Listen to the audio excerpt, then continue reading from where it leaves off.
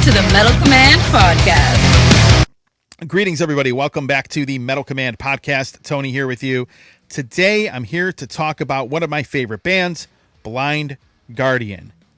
And specifically, I'm going to be talking about the re-recorded version of Somewhere Far Beyond, considered by many one of their best albums, and it's called Somewhere Far Beyond Revisited. It is a 3-disc set with a re-recording of the Somewhere Far Beyond album, a disc of all of the songs on the album being played live, and of course you have a Blu-ray of that live material as well. And I'm going to get into all of this, and since many of you have asked me to comment on this, I'm also going to comment briefly on the remixes that they came out with back in 2013. So before I get into that, obviously I appreciate any support you give me on the show. Hit that like button if you like this video. Please leave a comment. Let me know what you think about this re-recording or any of the remixes for that matter. And of course, hit that little bell to be notified anytime I do post a video. And if you are on any other social media platform where you may be watching or listening to this, by all means, please give me a follow wherever that may be, whether it's Facebook or whatnot. So let's talk about this. Somewhere Far Beyond. So as many of you know, Blind Gurdian is a very special band to me. When I started my radio show back 26 years ago, they were one of the bands that I played on a regular basis and continued to play and cover on a regular basis. And it's kind of funny because I remember when Nightfall Middle Earth came out, I had Hansi come on my show. You know, back then things were different because they really didn't have distribution here. Power metal from Europe really wasn't making it over here. It wasn't a huge audience at the time, but nevertheless, I have a lot of very fond memories of Hansi coming on the show way back when, and even he came on a few years ago, not long ago as well.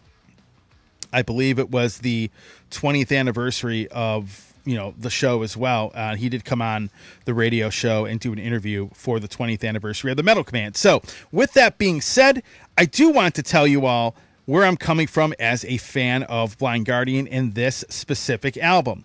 Somewhere Far Beyond is easily one of my top 10 favorite albums of all time. I think it's one of the most incredible records that any band has ever recorded. So the band, for me as a fan, had a lot to live up to as far as the quality of this re-recording and this set. Now, like any other re-recording or any other kind of remix that bands come out with, you're always going to get the people that are going to say it's going to be bad. They're going to be closed-minded. They're going to say, oh my God, how can you re-record that? Yada, yada, yada, whatever. I'm not like that.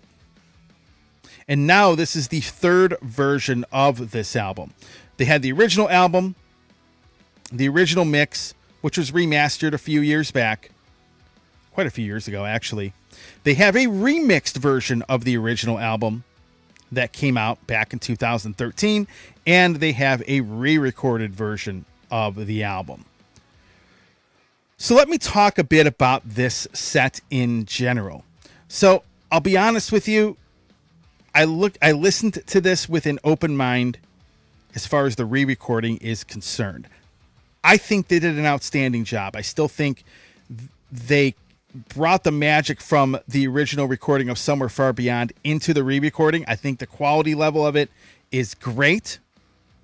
And I think they did an outstanding job. Now, many people might say, okay, why do bands do this? Why do they do this kind of stuff? Are they trying to, make a bunch of money off of it? And, is it because they can't come up with anything that's good? Well, first of all, their last album, The God Machine, was Album of the Year on this show. They are still writing great music. And to be honest with you, it's not the easiest. Like, people think it's just a band can go in a day or a week and re-record this entire album. And I can tell you that recording or re-recording an album, an older album, is a lot of work. I've had a lot of artists come on the show over the years talking about re-recordings being a lot of work. Some of them don't ever want to do it again, because it felt like it was more work than when they wrote and recorded the original record.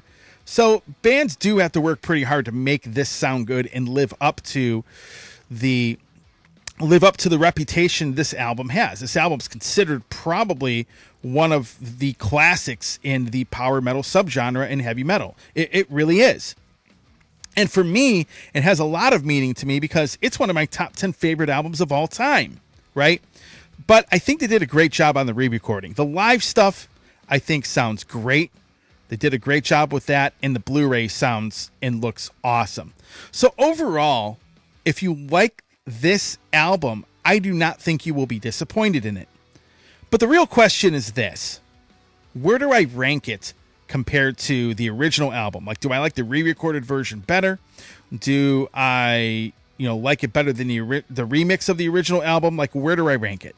Now, for me as a fan, typically 50% of the time, I usually will like the remix of a band's album, or I will like the re-recording of that album or a re-recording of certain songs. So, for an example, bands that I think did an outstanding job as far as the re-recording of a lot of their songs, a band that comes to mind right now would be Testament. I loved the First Strike Still Deadly album that came out in the early 2000s, where they re-recorded songs from their first two albums. I think the songs sounded so much better, and they really did an outstanding job on recording those and really bringing them into the more modern era. Okay.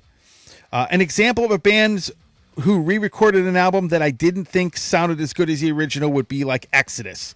They had Let There Be Blood, which was the Bonded by Blood re-recording that they did, a few years ago.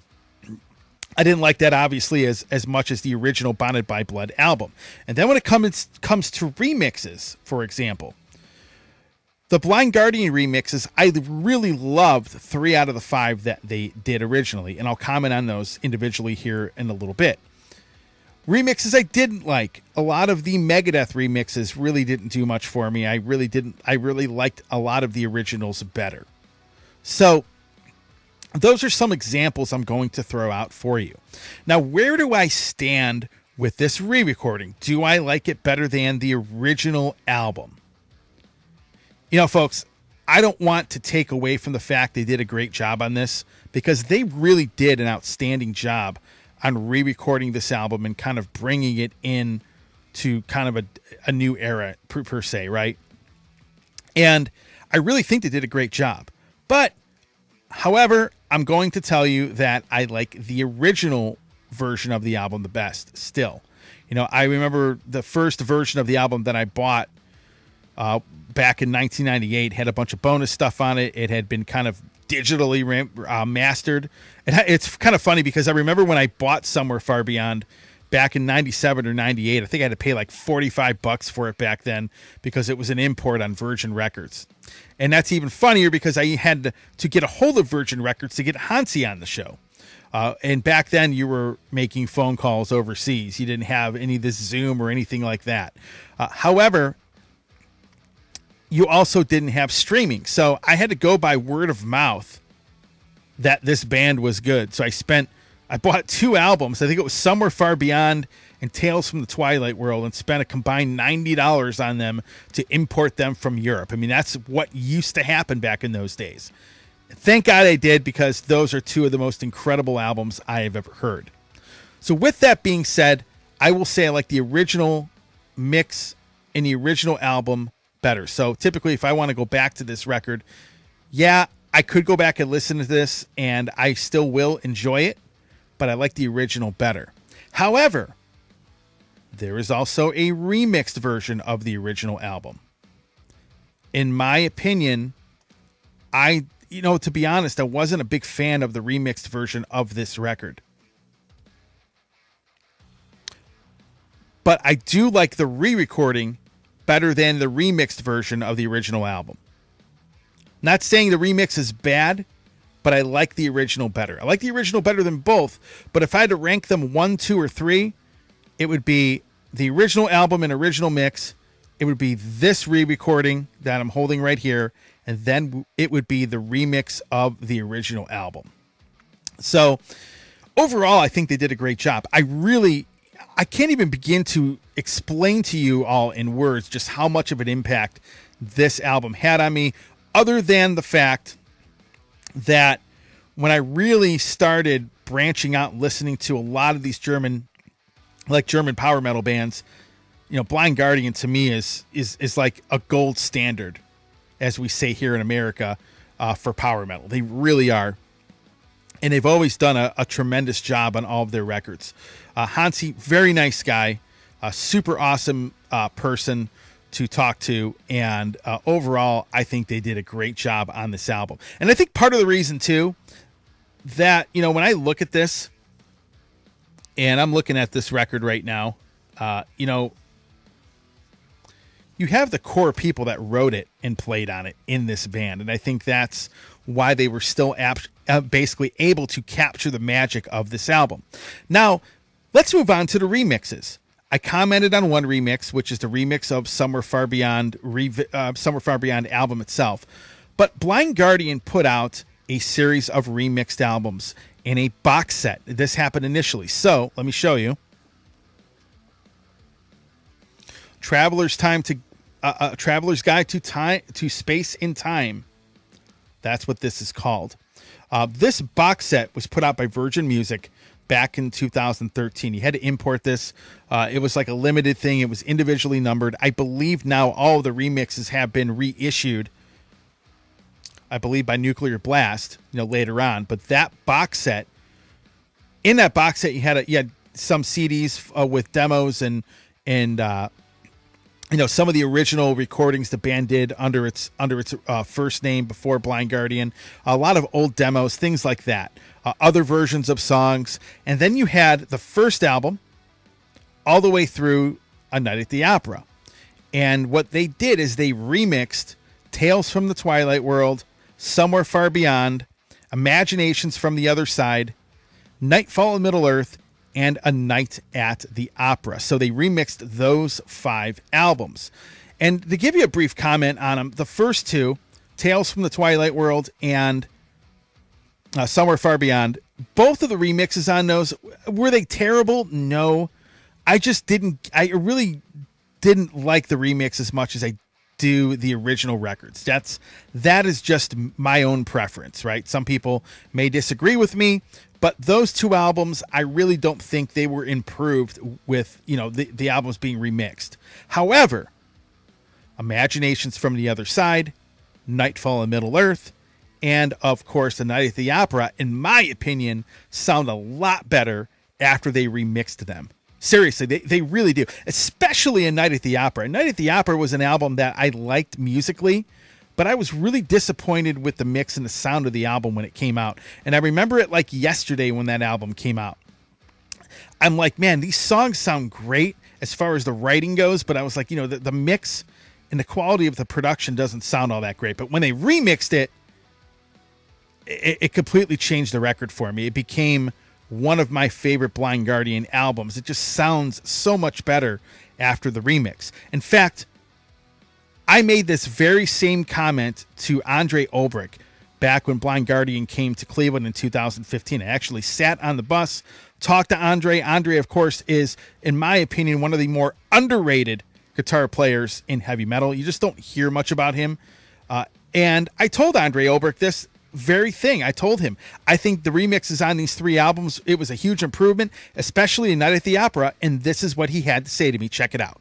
The 2 albums I thought that came out the best of those remixes were Imaginations from the Other Side and A Night at the Opera. Especially A Night at the Opera. I think you guys really, when I remember listening to that album when it came out and liking it, but I'm thinking, man, this should be mixed a little better. And you guys nailed it on the remix. And maybe talk about, remixing that, maybe A Night at the Opera, talk about remixing that record. I'm so happy that you mentioned this and that you exactly said Night at the Opera, because yes, it's true. I see it the same way. It improved most because it was the worst mix we ever had, the original, and it was not really Charlie's fault. It was more like we built our own studio, and it was like jumping into cold water. Nothing was really ready, and nothing was checked out before. We had no chance, so we recorded there the first time. It was the first experience, and we did many mistakes.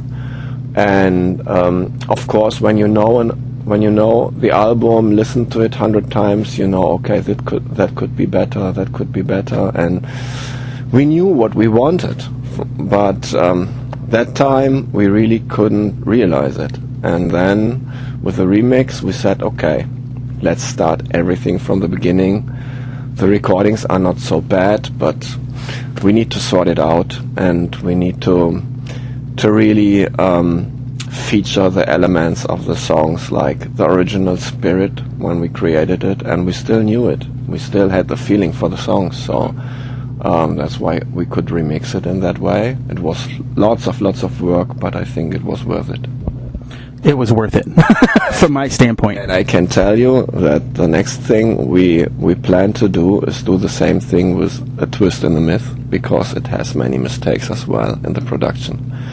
I think that could be much better, and people would understand the songs better, because now I know that the reaction of the fans in this album is not so well, but a big part is in the mix. We lost lots of spirit in the mix there as well, and I think if we do a really nice start from the beginning with this album, it can turn out much better as well. And that's Andre Olbrich back in 2015.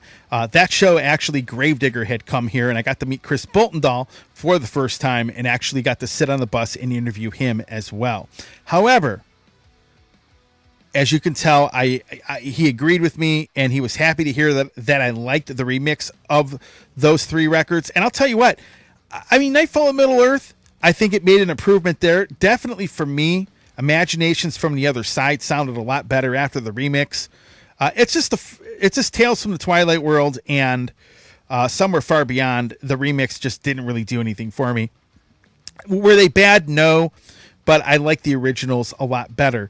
And then, of course, this box set also came with remastered versions of like Tokyo Tales. You have a few of the live albums in here. You have the first couple albums in here. So those weren't remixed or redone or anything. They were remastered, but they didn't have like a remix of the album. So overall, this box set actually was pretty cool at the time when it came out, and still is, to the point where I never had to go out and buy the remixed versions of the albums because they all came in this box set. So that's pretty much it where I am on the remixes. Some of you may agree or disagree with me. If you want to leave a comment, I'd be interested to hear what you guys think about them. However, I also want to hear comments about what you think about the re-recorded version of Somewhere Far Beyond. Now, one last thing I'll address.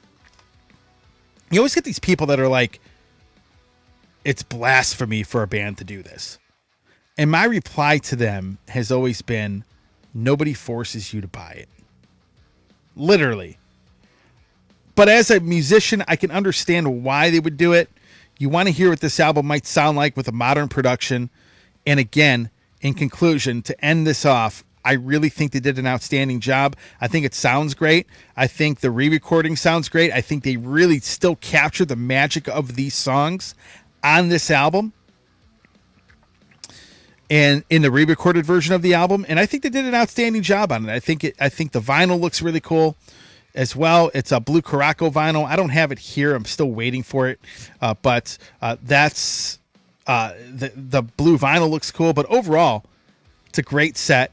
You know, for the $22 or whatever this probably costs on Amazon.